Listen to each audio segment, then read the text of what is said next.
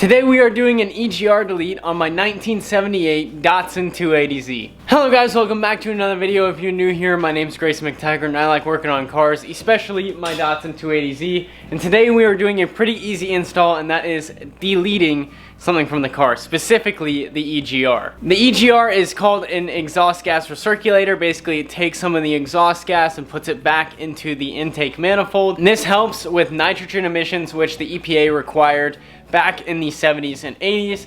And so this really isn't needed anymore because it's an antique vehicle.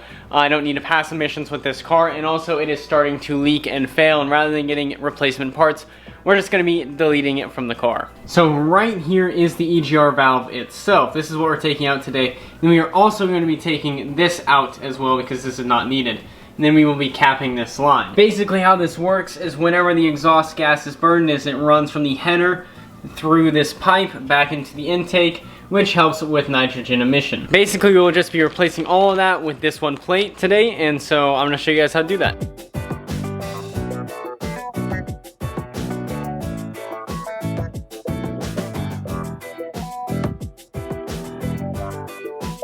So here is the EGR actually out of the car.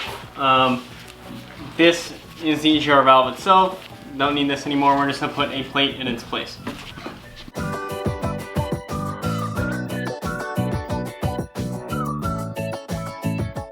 Okay, once you actually have the EGR off, there are two studs here that are kind of a pain to get out.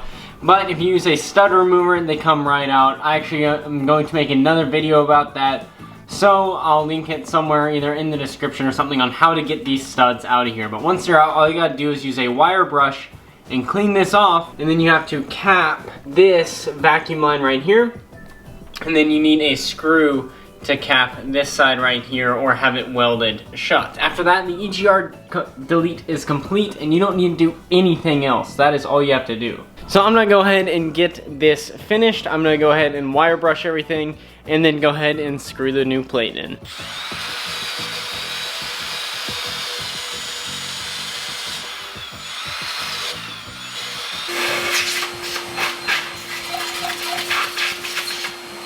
Here is the new EGR Delete plate from EGR Depot. It comes with a couple of screws that fit right in here, and then it also comes with the plate and the gasket. So I'm gonna go ahead and install this, and just like that, that comes off. And then this is pretty easy. It goes on just like this.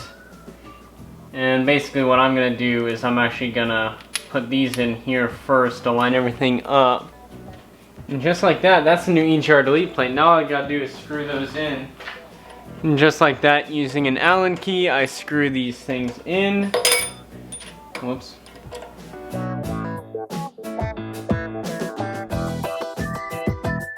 I'm gonna tighten that down pretty tight because since it is attached directly to the engine and the intake manifold, it will be rattling a lot.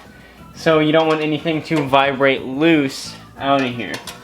However, you don't want to over tighten them and break something, so as long as you don't think it's going to come loose, you should be good. And just like that, we have the brand new EGR Delete plate in place from EGR Depot. Some of you actually get these etched with the Z in place. I decided not to do that, but some of you get etched with the Z in place. And then all you have to do after this is you cap off this right here, and then also a little screw right here on this side. Now I'm actually leaving this pipe for now. If you were adding new headers or something like that, you would actually also delete this pipe as well as plug that hole, and then you'd be good to go. But for now, I'm just doing this because I'm leaving these headers in for now. Anyway, that's pretty much gonna do it. This was a very easy install. The hardest part was actually getting those studs out, which if you go look at my other video, it actually makes this job a lot easier. Just get the tool that I recommend and use it the way that I direct, and then those studs should come right out, and this job is very, very easy. Overall, we put a plate in place of the EGR, and then we also took out the BPT valve and removed the vacuum lines corresponding, capped this right here, and capped that hole right there. Overall, it is actually a pretty easy install. I will link this down below in case you want to buy this for yourself. Anyways, thank you guys so much for watching. I'll catch you on the next video. Bye.